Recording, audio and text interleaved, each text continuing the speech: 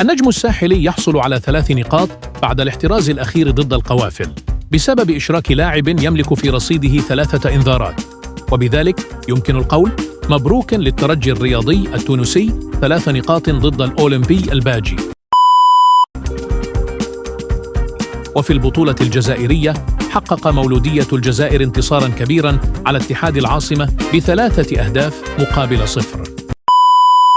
تألق كريستيانو جونيور نجل النجم البرتغالي كريستيانو رونالدو بتسجيل 5 أهداف في مباراة فريق النصر تحت 15 عاماً ضد نادي الاتحاد ليقود فريقه للفوز بنتيجة 5-4.